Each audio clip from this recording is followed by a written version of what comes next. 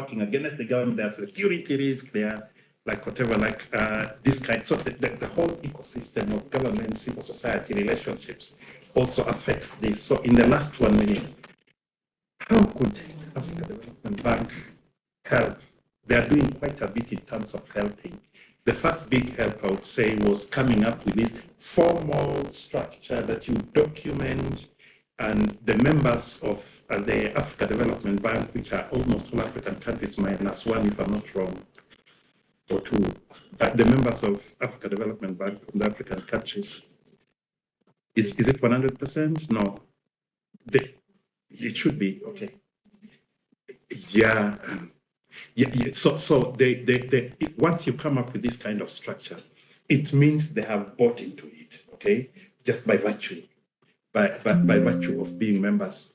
And African governments are very good at, like in forums, saying, particularly if it's going to bring good tidings, that this is what we are doing. But then how does the bank assist in ensuring that they do that? Is it possible that these member states of the African countries, the representatives, could have a way of accounting to African Development Bank about the participation of civil society? What I'm saying is you have the Kenya government on a yearly, quarterly, whatever basis saying we worked with civil society in doing this. You remember what the Evelyn's presentation, when she was saying, and these are things that the ministry is doing with civil society. So you have that kind of report. Okay, the government of whatever country saying we did this and this and that, it may force them actually to do something. You know, like for those that are not doing it.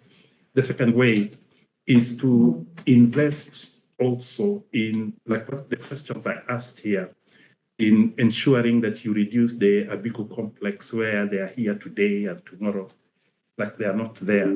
By agreeing, I think the process had started, I don't know where it stopped, if it stopped or it's still going, agreeing on a minimum package of support towards civil societies directly towards this process, so that you have a minimum number of things that will be done by countries, okay? For instance, facilitation of coming to these kinds of forums, preparing civil society in different countries. For instance, we have done relatively well in Kenya because civil society organizations in Kenya have kind of invested, they have benefited from availability of funding from the region within Kenya. And then a certain element of cooperation from the government. Where this does not exist, and is in the majority of countries within the region, then they disappear. So this a critical way of ensuring that it's not just countries that have this advantage, okay? Like if you look at particularly the new states like Sudan and so on and so forth, there is almost an absence of participation, except that you can get international organizations working. They are not local CSOs and mainly working in humanitarian kind of thing. So this is like the second way in which Africa Development Bank would help, and closely related to that, and this has been happening. For instance, one of the things that has happened over the past 3 years, and COVID really affected it negatively, is that there is now more participation by civil society in projects that are being funded, supported by Africa Development Bank in terms of monitoring, but also in terms of, you know, like sharing with them, with civil society, what is happening, and creating opportunities now for civil society to be able to participate. Can the bank also, just in terms of having those matrix and the boxes, in terms of fitting it out, apply it uniformly, like to all the countries, including those that resist kind of civil society participation, so that they can be able to account that for this project, we have had this number of civil society organizations participating in this and this. Is it possible to make it difficult for them to get the funding without that kind of thing? Yeah, because they are only committed to it. So you're not giving them something that they don't know. Okay, so is it possible that through diplomacy, through whatever, and where it is possible, pressure from the civil society to increase this whatever, this kind of participation. I'll stop there, yeah, for now. Thanks for those reflections. I almost thought you want to make the bank do advocacy. Yeah, but there are different ways of doing advocacy, including the diplomacy that Machete has mentioned. And working together, I know we can work on that resistance that exists. Winnie, please come in. So thank you so much. It's been nice hearing Machete's point of view. So maybe I could start by commenting one or two. The voice of the speaker is very faint. We cannot hear the speaker. I would say the governance structure of CSOs, and I think we as a bank, I mean, we are supposed to advocate for countries, but I think there's a level of freedom and bureaucracy that we cannot intervene, and some of these frontier suggestions, such as us creating a framework that could be used to ensure that they engage CSOs in terms of not only allocating cost, which is what I'm seeing here, but I think some of this we can only propose, but it's up to the buy-in of countries to be able to uptake that.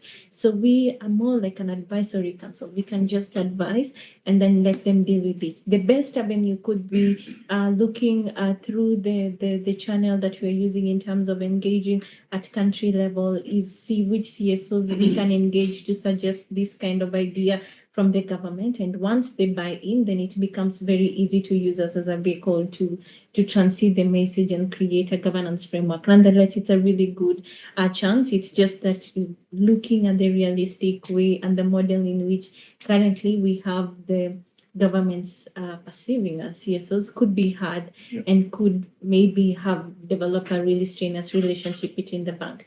The second one is when I look at accountability, I think of three things: accountability from access, from quality, and cost perspective. So I'm going to really break them down. When we talk about accountability from access, and this could be climate funds, could be development finance, as we say.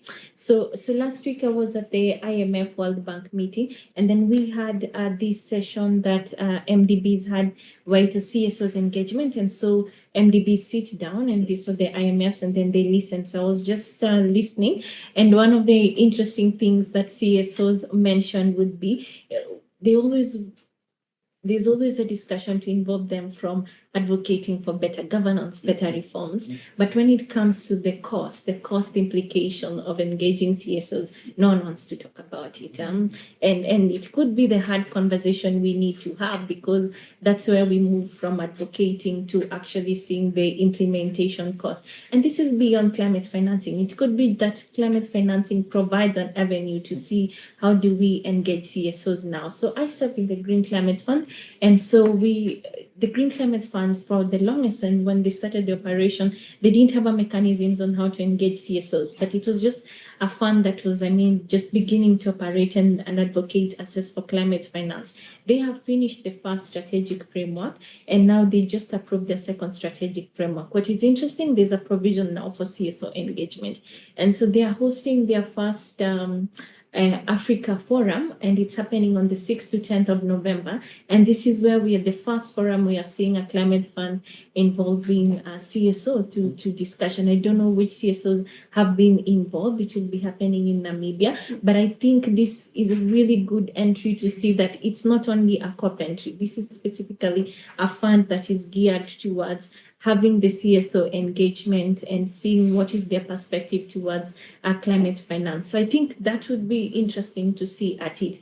So also when we talk about access, there is also the question of not only access in terms of funding and proposals, but access in terms of discussions when the ideas are being proposed, which rooms CSOs are allowed to enter and which rooms are not. And this could be the question that we also need to advocate in terms of some of the strategic rooms that CSOs could enter when it comes to discussions. And COP will come, and COP28 will go, and next year it will come, and then we'll lobby for CSOs to be engaged, and it will go. But I think the idea should be post these convenings, which are the strategic rooms that we should ensure CSOs are in the rooms to really have an insight in terms of this policy and program development. The second one is quality, and quality is the quality of engagements that we have with CSOs. And I'm really happy that us as an MDB, we are having this. IMF just started with this. This was the first IMF that they were having a central discussion, and it was really closed door, where the director was sitting and some of the MDBs were sitting and they were listening to CSOs. And I think for me, that would be really an essence of quality discussions engaging CSOs, but also this, let the bank take time for two days. You must appreciate it doesn't really happen all the time. There was constructive engagement, and even seeing us being committed to the 3 points or the 4 points that were adopted in 2021 showcases as a bank that we are committed to ensure quality engagement of CSOs.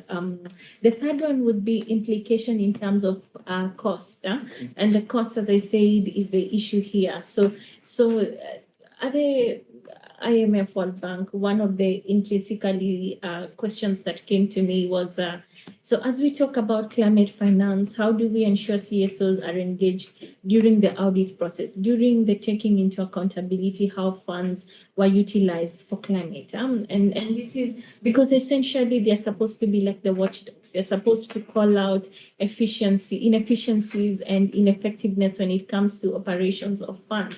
And I'm happy, the largest fund is beginning to see this, that we need such insights from CSOs. But I think going on forward, it's not really essentially to be involved in the discussions in terms of preparations for conferences, but also the buy-in in terms of how do we ensure implementation and utilization of these funds effectively, because that's where the buck stops. Did we post the discussion, have meaningful engagement with CSO to call out, was this fund utilized well? Was it not used in the manner that it was used? And also even within the private sector, and especially when it comes to blended finance instruments within climate financing. This is an arising issue that we are seeing right now when it comes to climate change. But then it means it's an opportunity that we could leverage on, that as we start to see how to manage the climate situation. And as everyone grapples for a voice, this becomes the strength of CSO to become involved in this particular discussion. The last, and as I close, I would go back to the question of quality. And then there's also the quality in terms of the designs of proposals. And as Madam Mrs. Josephine mentioned at her introduction, we have all these funds that the bank is availing. But as you could clearly hear that we are having call for proposals. And at the Green Climate Fund, during their second strategic framework, they're calling something that we call quality at entry. And so how do you teach and design countries to offer quality at entries, whether it's proposal or a concept note? And so then we could also move to a technical part where we have CSOs, training CSOs, not only just to lobby, but also how to engage and design quality at entry proposals, because it could not be beneficial to us, but it will be beneficial to them to be able to understand that beyond the discussion, they could also be part of implementing funds, but also be part of assessing the funds and also seeing at hand, out of experience, what it really means to be able to view a project from implementation and the inception stage to the culmination. So maybe this could be something we could also move as some of the key outcomes towards next year, is how to create a workshop that teaches you on the models of financial instruments that we are using currently. And so that could be of interest to you. I know, for instance, IOM, which is International Organization for Migration, so they have moved beyond and they have sought the assistance of the bank in terms of how to create financial instruments that they could be able to showcase or use when it comes to addressing climate migrations that have been led by climate. And I thought that's really nice to see them moving from their own mandate of migration, but to develop really financial instruments. And I thought to myself, okay, this is also a chance for CSOs to move away from lobbying, but also to see how could we develop our own technical skills when it comes to designing of projects and proposals for countries. Because sometimes I feel we miss to ask the right questions because we were not really informed within the process. When we are really informed, then we know what's ticking the box, especially to the Global Climate Fund, then we know the right questions to ask and where to be engaged. So thank you. Thank you. That was quite enlightening. I know we had very limited time in terms of delivering on that, but thank you, Zene, thank you, Masheti, thank you, Winnie, thank you, Tikane. I think we have opportunity to open up the conversation a little bit. The time is just about 22 minutes to 1, and Luther, you can guide me. I don't want to stand between people and some of their fundamental rights. So we have 21 minutes. Okay, thank you. So we can open up for discussions for colleagues in the room, but also for our colleagues on the other side. So if there are questions, we can take them, any clarifications that you may want. But the gist of the conversation also is, how do we shape more commitments going forward, especially in view of the theme that we are dealing with. But we are also seeing where we have come from with the 5 commitments that were listed earlier in this conversation.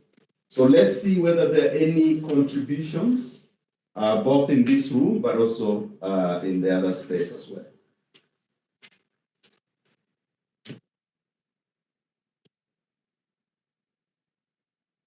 Please hand over to Edward.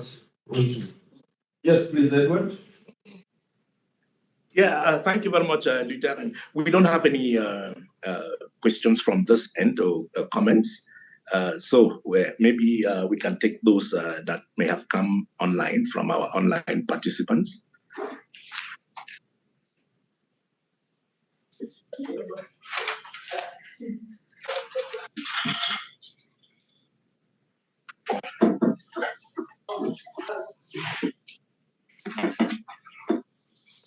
No specific questions, just appreciation of the quality of the information. Yeah. But no questions.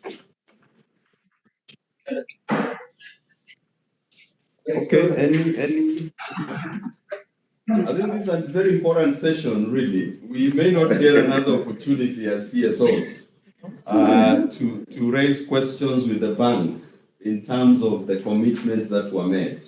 So is there a feeling then that everything is working perfectly? I can see a lot of smiles in the room. So we must be very sure as CSOs that we are saying that everything has worked very well, and therefore we look forward to the next accountability session. Or we are hungry, we need to go for a break. Okay. Maybe. My name is Frozen again. Edward, please, can you mute the room too? Thank you. Sorry. My name is Fiona, and I'm representing AFGBCS working. I would like to ask Chicken and possibly Mr. Masheti as well. How do you Sorry, the sound is not good. We're really moving some steps towards CSO engagement, and we really appreciate that. But we still have possibly a few more that we can engage with. And from time to time, we have registered in the CSO database, but sometimes we don't get any notifications when it's going on. And information is not up to date on the CSO platform. So we miss out certain weeks. So sometimes I try to resign now. I'm like, please let me know when the CS open days are, so that you organize partners in those countries to be able to attend as well.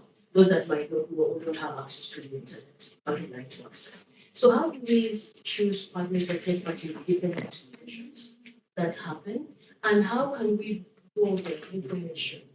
One of the recommendations is to use, for example, the CSO working group, where we have over 100 civil society organizations coming together across Africa to monitor the influence of AFDB and work closely with AFDB. And we have done this during the policy reviews, we have worked, and recently, Zainab wrote to us about the CSO Engagement Action Plan, and we are trying to really put collaborative measures in place on how to get more information in time so that we're able to prepare our partners we work with for these different events. But sometimes we do not know, or if you don't check on the events and the news website, you don't get the information in time. Or if our partners, usually some of them get the invites to different events, and then they're like, oh, did anybody get an invite from the group? And no one else did. But you're all registered with the CSO database. So how do you choose civil society organizations in different countries? And is it possible to open up collaboration with networks such as the CSO working group to sort of broaden information sharing as well as bring on more civil society organizations? Thank you. Thank you for those questions. If I may just add there, when you are talking about the CSO Open Days, you mentioned that Open Days happened, I think there was none in 2022. So what is the reason for that? And then you mentioned only 2 countries. Now I'm wearing my advocacy out of, is it 54? So question is that sufficient? What was planned initially? And if it didn't happen according to plan, then what were the reasons for that? So you can take up all those questions. We start with the, guide me here, please. Okay, Chikane, all falls on you. Okay, so I'll start with your last question on the reasons for the limited number of open days. I recall that I mentioned that we had limited resources in terms of human resources, in terms of financial resources to carry out this open days in the country. So that's one of the reasons. Then Fiona asked the question about how we select CSOs that we collaborate with. And I will explain this with an example. So if, for instance, we had an open day in Rwanda, and one of the pillars of the country strategy is something on infrastructure. And so the civil society organizations that we will work with at that point are civil society organizations that are targeted towards delivering things whose thematic areas is that aligns with infrastructure, ENS, gender, and all whatnot. And then we also work with the umbrella body of that, or in the country where there's an umbrella body. They will be the ones to help us to identify CSOs. So, for instance, in Rwanda, they said it's not all CSOs that can participate. They will help us and pick CSOs whom we send invitation letters to. So we work with the umbrella bodies, and of course, in addition to their help, and of course the help of Machete, we also search online and of course use our database. So mostly it depends on the priority area of the project, of the country strategy paper, of the regional integration strategy paper. Your final question on collaboration with organizations like yours, sure, we are open to partner with organizations where the opportunity comes in, because like I said, we also have what I call it, pitches. Restrictions based on resources, on how to resources, financial resources, and human resources to cover the whole region. You asked me whether the open days was just for 2 in the whole of Africa. No, we had 2 in Southern Africa, and the issues also from East Africa also applies in Southern Africa. So it's an internal thing, and we are hoping that we will do better in the following years. Okay, any further comments? Maybe just to complete, and it's just to clarify that it's 2 open days in East Africa, not in the entire continent. We have few open days in the over region, but we need to do more to improve this, and this is one of our priorities. And also, it's mentioned in the action plan that yes, Basil mentioned. But another point is related to what Machete and I think Winnie respond very well. It's not, we need also to be, how, it's not the role of the bank to to make sure that what the bank development agenda in a country is inclusive. We are bringing all the stakeholders on board. This is important, and what we are doing, and I think it's coming, like she said, and we will see it during the induction session. The improvement we are bringing in the development, in the bank activities in countries, starting by CSO country strategic paper, where we are engaging now civil society organization to be heard about the priorities of the country with the bank. This is very important. We are also improving our processes and procedure. We are to have tools and guidelines to mainstream civil society engagement in bank policies and operation. It's what we are doing. It's now integrated in the bank business way of doing business, and this is very important. It's where what we can do to improve civil society engagement internally in the procedure, and it goes to countries and projects. Just in addition to that, I think to the two comments, it's a work in progress in terms of having a database and using that database. And one of the things that is affecting it negatively is what the Wole Soyinka Abiku complex, that in a good number of cases, you have this database like from different sources. When push comes to shove now that you need people to you find that quite a number of them are not like active. Just with reference to this meeting, for instance, when Ichika called me and said this, and she sounded that it was like tomorrow. So I gave her two organizations from a country I won't to mention. But then Diana, my colleague, happened to be in one of those countries at that time. So when she saw the email, because I copied that, she said, no, you see, I'm just in a conference here, and they're telling me this organization no longer, you see those kinds of things.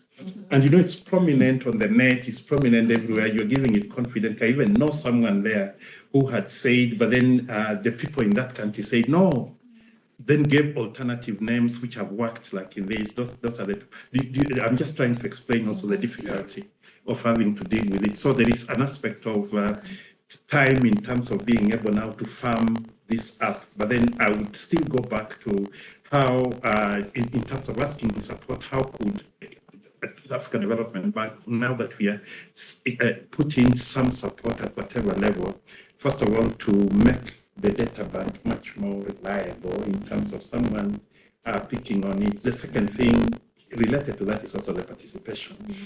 If you have not noticed, most of the CSOs that participate consistently in this are the relatively well-established kind of CSOs, like where you want to have quality participation, for instance, in the much more community level based and so on and so forth. You face facilitation, kind of including simple ones like connecting and being able like to participate. So this is also one of the areas from this experience that we have to work on, so that we also don't just work with, because we were accused by some of the CSOs that are not very well facilitated of going after CSOs that are also supported by international organizations in networks. So we don't quite get the information on the ground, which probably is not true. But then when they are not on that table, it's very difficult for you now to convince them that, I mean, you said something that applied to them and so on and so forth. So I think these are the challenges that going forward, we should kind of discuss with the bank on how to at least make this much more inclusive in that sense. I think maybe to add quickly, I agree. I mean, there should be a mechanism on how inclusion of all CSOs could be. And maybe the easier way we could guide is like, and maybe it's there, I'm not sure, but sort of creating a matrix, and the matrix should amplify the strength of each CSO. So go and look at the expertise where we can go and search and say, this is the CSO, this is the expertise of the CSO. That should come as the first before the contracts and everything else. It becomes really easier to maximize who to engage on a particular discussion. Otherwise, you fall in a place where one CSO is engaged in all discussions, yet some missed the opportunity. Yeah. So creating a matrix of strength and then that we could capitalize it could be maybe where we could guide. There's a hand. Yes. Boris, there's a hand behind you. So We got the hand from this room, please. Okay. Okay. Yes, please. Finally.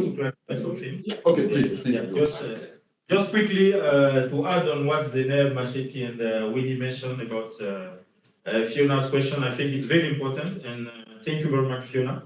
We are delighted to have you here in person. We have engaged many times online. We held several meetings with our manager, Zeynep.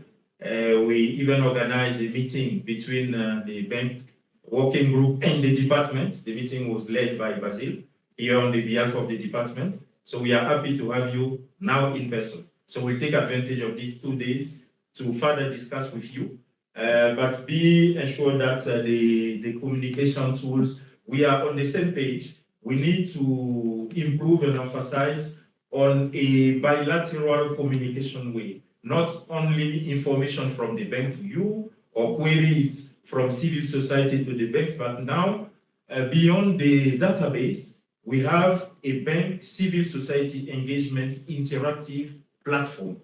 This platform will be launched very soon, and through this platform, we will be able to have this interactive dialogue, and you kept informed about all the events, all the opportunities, all the financing mechanisms available in the bank, all the meetings and events as well, and civil society sharing also what they think about what's happening in the bank, and you sharing also success stories about what you are doing.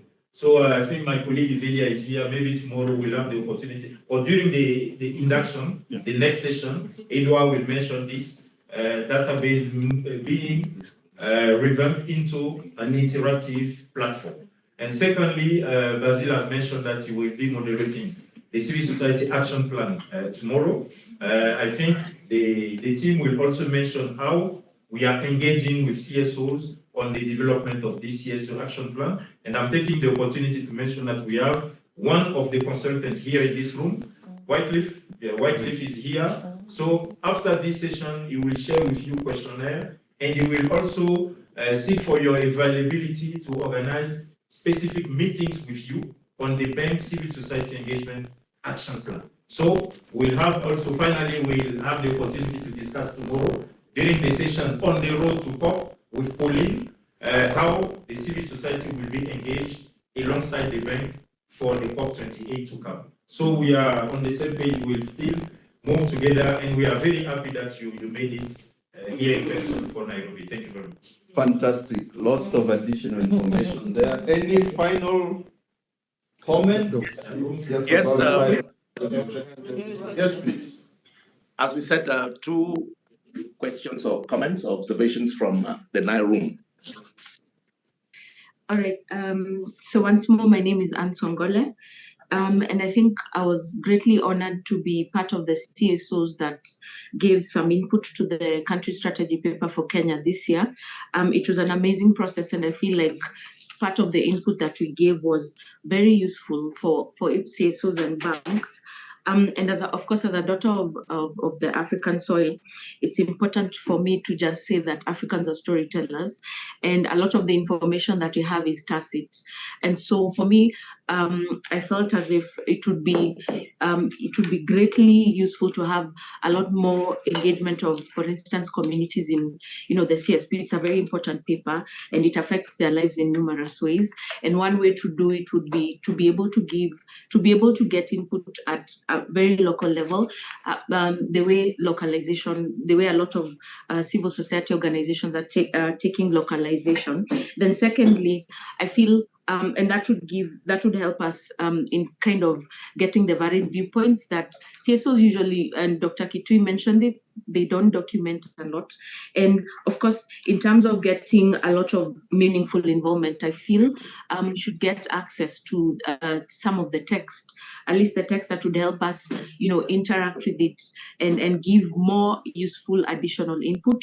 So we're excited about that particular process, and we hope to see the end of it towards the end of the year. Thank you so much. Thank you. Yes. Was there a second? Yes, the last one. Yes. Yeah, thanks again. And again, my name is Nyangori Ohenjo from the Center for Minority Rights Development. And just picking from where Anne has left, the whole question of community involvement. I know the bank has, I think, a policy on indigenous people's safeguards. And my question would be, in terms of civil society engagement, do we have any deliberate or very, targeted involvement of CSOs from indigenous peoples or indigenous peoples organizations? Is it there? That it would be great to just ensure that this group, as one of the vulnerable groups already identified by the bank, is deliberately engaged and targeted, from the onset. Thank you. Thank you very much. Thank you. Thank you. So that was a comment, but if anyone wants to say something about that, then you could say that as we close. Okay, so that will be our closing comment. All right. Hi, everyone. My name is Mary Kithinji, and I work for WRI. I just wanted to echo a couple of things that have been said because I think they're really important. Dr. Kitui said that there is no, it's difficult that private sector often has trust issues with civil society. And I think that what the engagement you're doing at the bank needs to also think through, how do we address this trust issue? Like you said, you're trying to find CSOs in particular countries and they're not there, or they were there and they're no longer alive. And I think the challenge has to be that a lot of civil society organizations are unable to sustainably finance their operations. And because they're able to sustainably finance their operations, they are well aware of the issues, they are on the ground, they are working with the people, but they're not able to sustain and therefore cannot come to the table. So I think part of the answers have to be that the engagement, like Winnie was saying, is how do you make sure that the engagement has that depth, that the quality of representation is not limited by the funding or the sustainability of the CSOs in the countries that you are working with and that you want to engage. And I think that's really critical to address so that we are really making sure that the CSOs that need to be had are supported to be had, either through some sort of capacity building or an outreach program to engage with them throughout the bank's operations and the implementation of programs. Yeah, just a comment. Thank you. Thank you very much, ladies and gentlemen, mabibi pamoja na mabwana. Thank you. One more word. So thank you very much for this very lively session. I know Chikane has been taking notes here like crazy. So thank you, and I hand the meeting back to Excellent. Thank you very much, Maurice. Let's give a round of applause for this session. Very comprehensive and very informative. Thank you very much. Now we have our last session of the day, last but not least. It's a very important one. We are calling it induction session, but I will not do the job of the moderator. We have Maurice Wanyama as moderator. Maurice is a Regional Acting Program Officer here at the Regional Office of the bank. So over to you. Yeah, thank you very much. I know it's challenging. I hope all of us we took some cup of tea. And I promise we are going to finish in good time, given this El Nino climate change, very relevant to us. And maybe without taking too much time for the main presenters who are going to present, we have about 5 presenters on different themes. Maybe we will have all of them present, then we have maybe a joint session for questions, maybe that will save time. So as you've heard, I think the bank is very, very much involved in or actually consulting with the CSOs, both from strategy perspective, from E&As, from project formulation, preparation, appraisal, all throughout the life cycle. So this team of experts in the bank have been carefully chosen. If we had time, we could have had the entire project cycle discussed, but we don't have sufficient time. So we've just selected a few. Maybe without taking more time, our first presenter is ready to start. So I think at this point, I would like to introduce Alexander Ladabo, the Principal Integrity Officer of African Development Bank, to come and take us through. So the floor is yours, Alexandra. We can't hear you, but you can see your screen. Audible. Thank you very much, Maurice. Good afternoon, colleagues. Greetings from Abidjan. I'll be setting the pace for a discussion on the bank's integrity and anti-corruption framework and how opportunities for partnership between civil society organizations and the bank. So corruption continues to be a threat to development, particularly to both financing as well as the processes through which we carry out development interventions across the continent. And this is not only related to Africa, but it's a global challenge, it's a global threat. And this causes different distortions to how the resources, development resources are used, also delays in project implementations and a whole host of issues. Now, the bank is not unmindful of these threats, and you would find, for example, in one of our recent strategies, this is a strategy for economic governance in Africa, which spans the period of 2021 to 2025, that the bank has also identified this issue of corruption and linked to inefficiency in the use of resources. And the bank is taking actions to ensure that the bank's resources are used for their intended purposes. And this is actually one of the bank's fiduciary duties as set out in the agreement establishing the bank. And the bank does this through a couple of mechanisms of oversight and fiduciary mechanisms, including the Office of Integrity and Anti-Corruption of the bank. And you would see on the organogram here that the Office of Integrity is a dual mandate office. It intervenes in terms of corruption prevention, as well as investigating allegations of fraud and corruption, both within the bank and in bank-financed projects.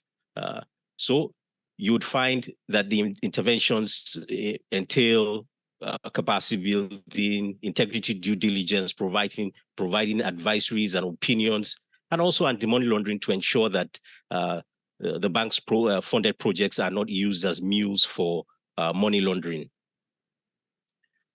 The bank also prohibits specifically some misconducts.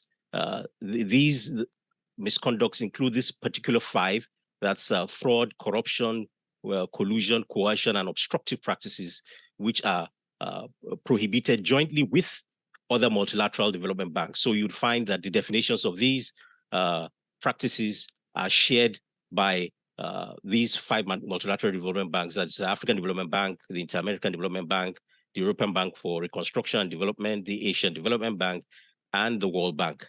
In essence, the aim is to ensure that we maintain a development space where ethical actors who are only ethical actors remain within the space to interact and also help implement projects using resources of all these banks.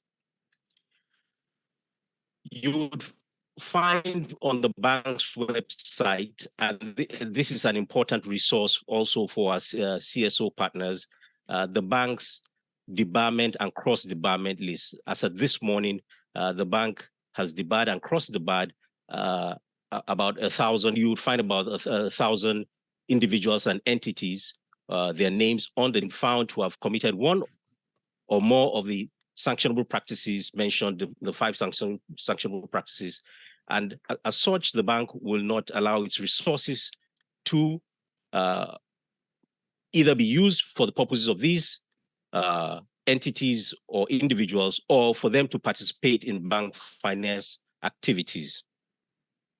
So let's go ahead and look at how, in practical terms, collaboration might work. This is just one example. Because of time, we can't go into too many areas, but just one. First of all, the bank provides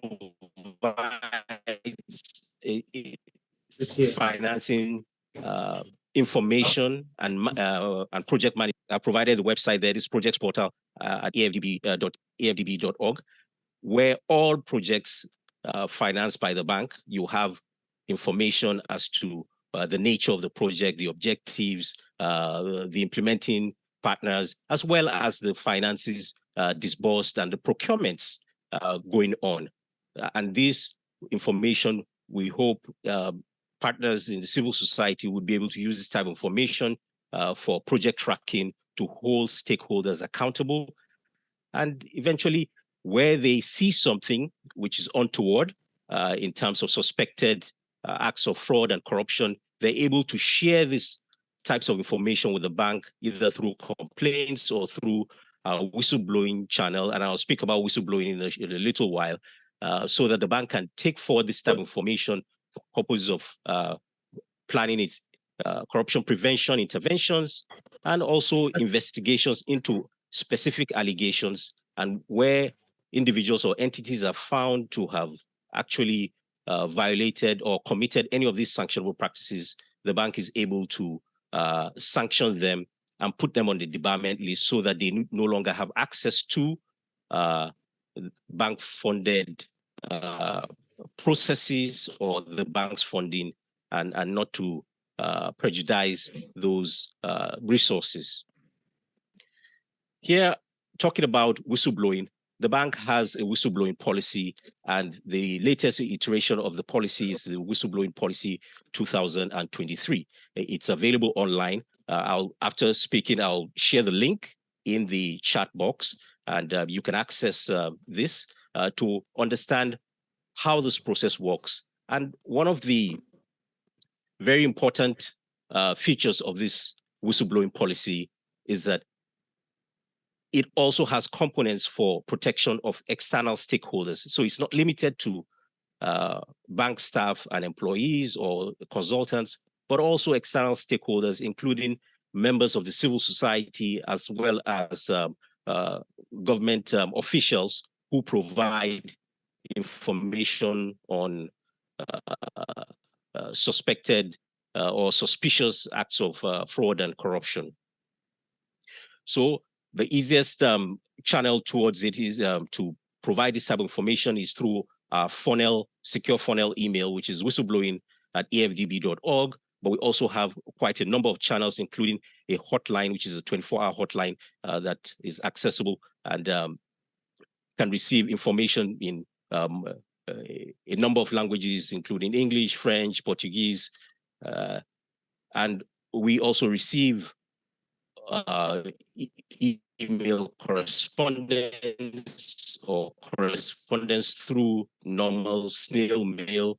And the bank allows for anonymous complaints to be filed through its website. There's a form there, an online complaints website, and there's a QR code here. And hopefully our colleagues will share this presentation, and you'll be able to have a tour of all these resources that are available, all these channels that are available, and to look at them so that whenever you see something, you can say something, and essentially partner with us in ensuring that the finances that are available, the resources that are available for development purposes, including climate-related interventions, are used judiciously and are used efficiently, minimizing leakages.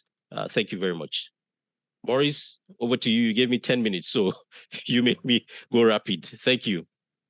Yeah, thank you very much, Alexander. I think you've really summarized very compressed well, and it's just to assure our participants that all the presentations, at least for these sessions, they will be shared. So even if you are trying to summarize, don't worry, we'll get the details. And you can always, this is just the beginning. can always have the engagement continuously. Doesn't mean you wait for the next year to ask some burning questions. We are always here for you.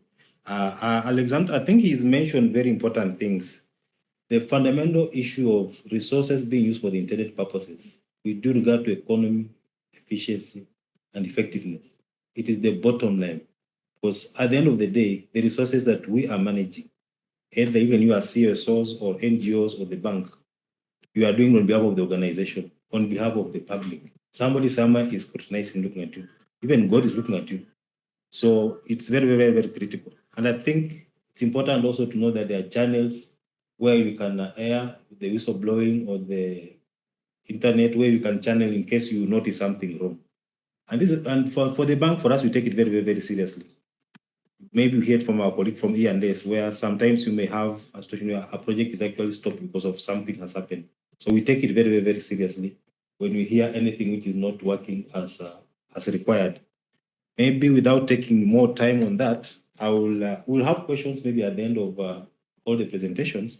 So for now, I would like to invite the next speaker, Edward.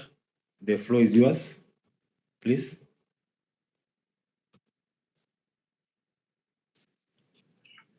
Yeah, thank you very much, Mr. Moderator. I'll quickly ask Tanya to put on the which will be on civil society engagement in bank operations.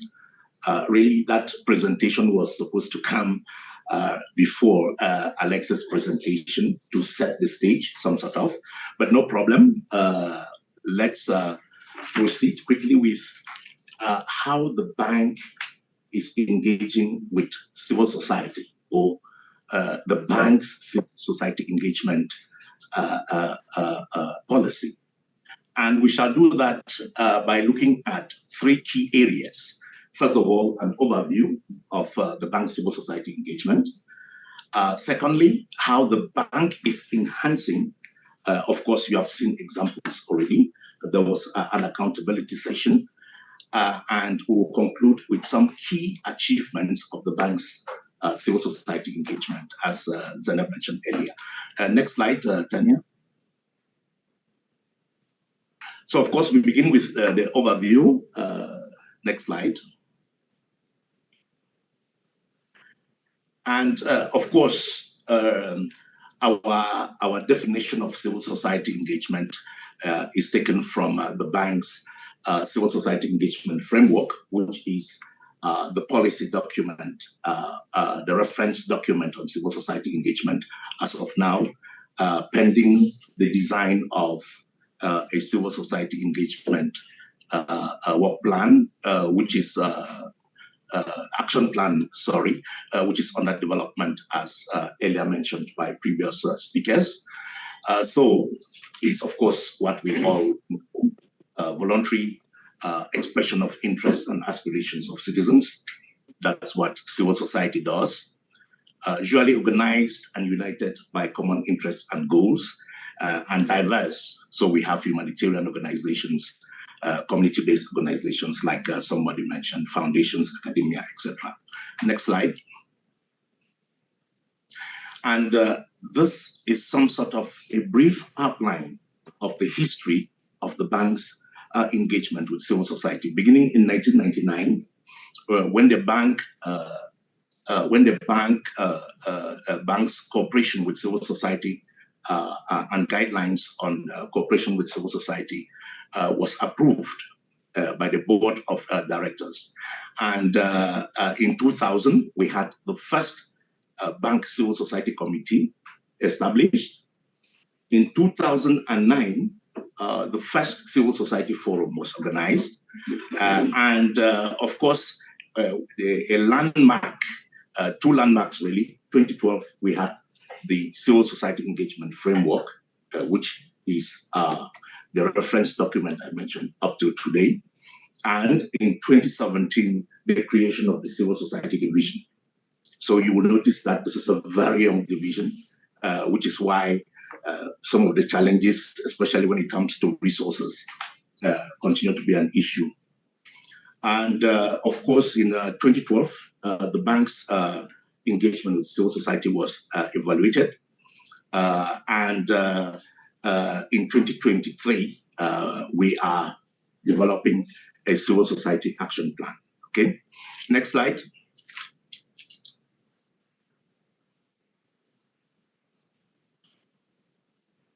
Okay, we are looking here at how civil society engagement cuts across the bank's high five priorities. Remember, somebody mentioned that the bank has these key priorities: light up Africa, feed Africa, integrate Africa, industrialize Africa, of course, improve the quality of life of the people of Africa as a fifth priority. Okay, and we have inclusion and participation as the added value of the bank's engagement with civil society, ownership of projects by communities, risk management, of course, transparency and accountability. We just followed the presentation on the bank's whistleblower policy, and maximizing the impact of key development projects. Next slide.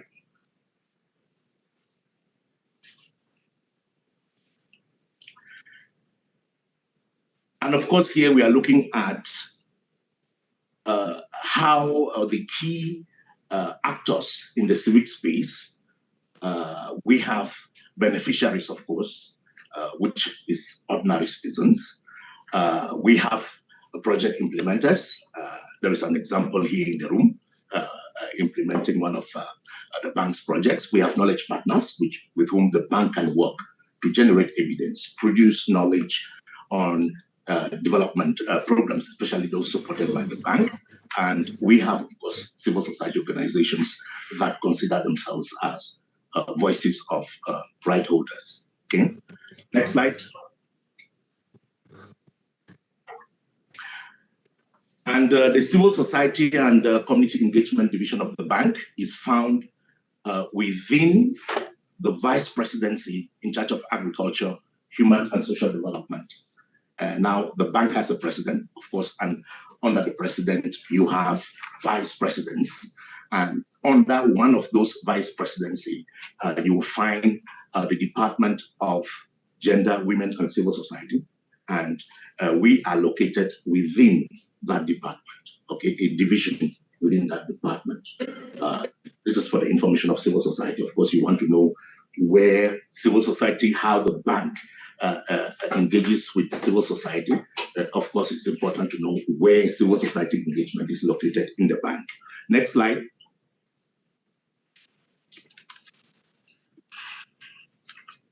And of course, we shall be looking at now at this from this stage, how the bank, of course, engages with civil society.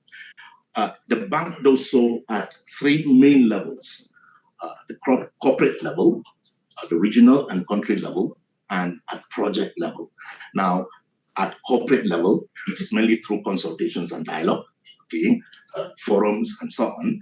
At regional level, it is the same, consultations, dialogue, and also country-level engagement, development of CSPs, country strategy papers, for example, and at project level throughout the project cycle. Next slide. I think you skipped a slide. Oh yeah, sure. Okay, thank you. No, yeah, it's okay. It's okay, go back. Go back to the slide, Tanya. So we're looking at the bank's engagement at corporate level. So at corporate level, it's at two levels, really. Well, at corporate level, two dimensions: dialogue and outreach, and the development of relevant instruments and resources. Okay, so we have the civil society forums, that is the continental and the regional, of course, like the one we're holding today. We have a bank civil society committee.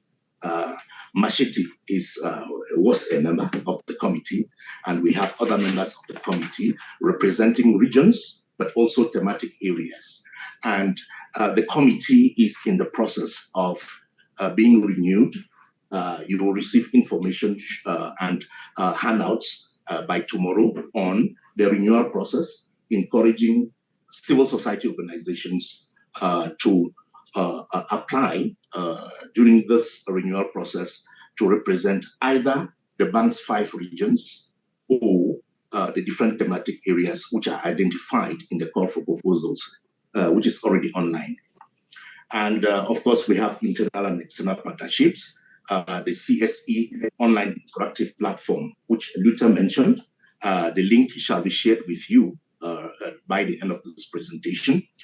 As concerns instruments and resources, civil society engagement in bank policies and sector strategies, we have, of course, the fragility strategy, the governance strategy, which was mentioned by my colleague Femi.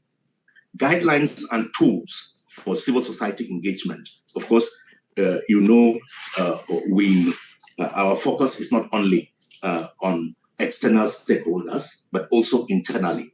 We need to strengthen the institutional capacity of the bank on how to better engage with civil society. And of course, capacity building capacity of external stakeholders, but also building the capacity of bank staff. And in that regard, we are designing a capacity building program that will be rolled out next year. And we are also finalizing a training for our country managers, because we receive complaints from civil society organizations about the difficulty of accessing, engaging with the bank at country level. So building the capacity of country managers and country program officers becomes very, very relevant and critical if we have to improve on that. And we have civil society engagement online tools like our CSO database, which was mentioned, and of course the CSE online platform. Next slide. So at regional levels, of course, we have regional dialogue and consultations. This is at regional and country level. At regional level, of course, the design of a regional civil society regional integration strategy paper. Each of the 5 regions, the bank works with countries of that region and different stakeholders of the region to prepare a regional integration strategy. The one for East Africa, of course, is currently being implemented. The CSE and regional diagnostic notes, those are the analysis that we usually do during the design of the regional integration strategy paper, just like with the country strategy papers. Okay, regional civil society consultations, and we have mentioned one key activity that we are carrying out in the Lake Chad Basin with civil society and in the Sahel region, engaging civil society in addressing fragility and building resilience in these 2 hotspots of the continent. Next slide. And at project level, as earlier mentioned, we engage civil society throughout the project cycle. Of course, my colleague Chika, when she was presenting during the accountability session, said the number of projects we intervene in, we have intervened in so far, or at least engage civil society in, are limited because of the resources, lack of, we are a new division, still working to put in place resources. Here I am referring to human resources, of course, having regional officers in all the 5 regions, but also financial resources to enable civil society to effectively participate in as many projects as possible in the region and in the individual countries. So from project preparation through project implementation, monitoring, and oversight. Okay, next slide. And let's look at some few achievements. First, at corporate level, okay, we have the ongoing design of a civil society action plan, the civil society bank committee, which has, as we mentioned, 11 members representing both civil society and the bank. We have civil society forums, 14 editions so far since 2009, and we now have regional civil society forums since 2021. So they alternate with the Continental Forum. Last year we had the Continental Forum which usually takes place in Abidjan, where the bank is headquartered, and regional forums at the different hosted by the different regional offices or hubs. The Bank CSO Coalition on Climate Change. We are also developing guidelines for mainstreaming CSE in the bank's country strategy paper and regional integration strategy papers. Of course, this has been developed, approved by the bank, and it will help our task managers to and guide them on how to ensure civil society is part and parcel of the process to prepare regional integration strategy papers, but also country strategy papers. Then communication and outreach. Of course, we have our Voice of Citizens newsletter, which showcases the bank's collaboration with civil society, as well as success stories from civil society. Next slide.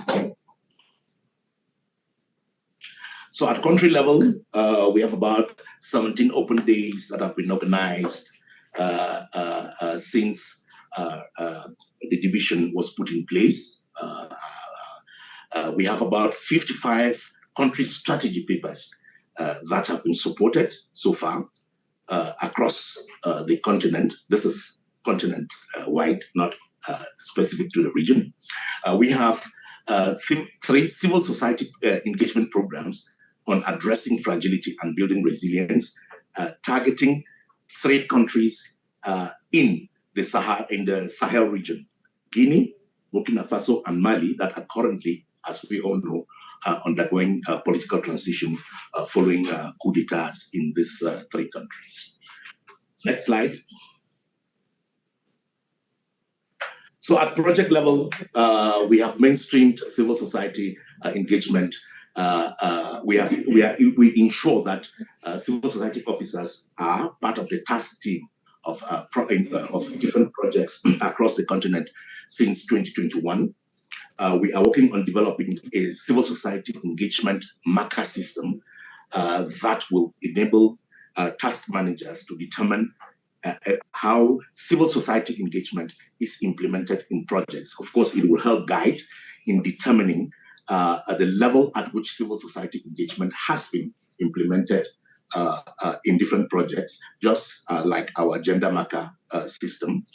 We have mainstreamed CSE into 49 projects so far since 2021, 3 CSE programs, which I mentioned earlier, and over 50 CSOs implementing bank projects, either directly as implementing partner of a project or components of the project through other implementing partners.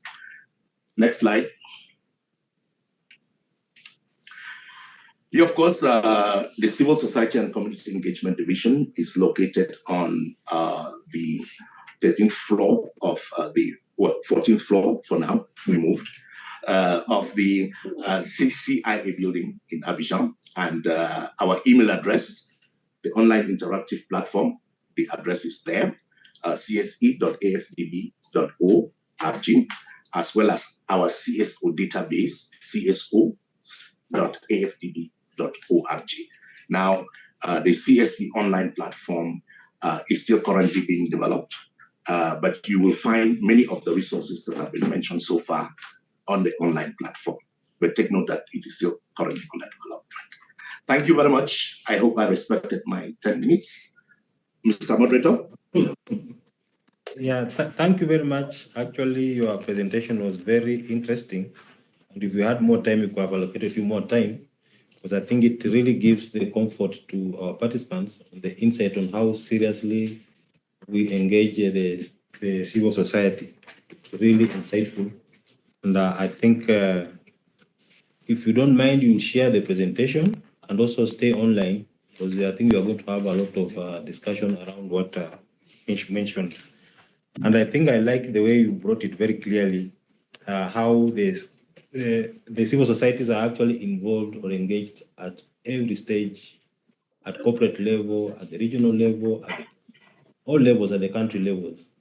And as you rightly mentioned, our engagement at the regional level or at the country level, it's mostly at the strategy. So as long as we contribute and work together to formulation of the strategy, then implementation of the strategy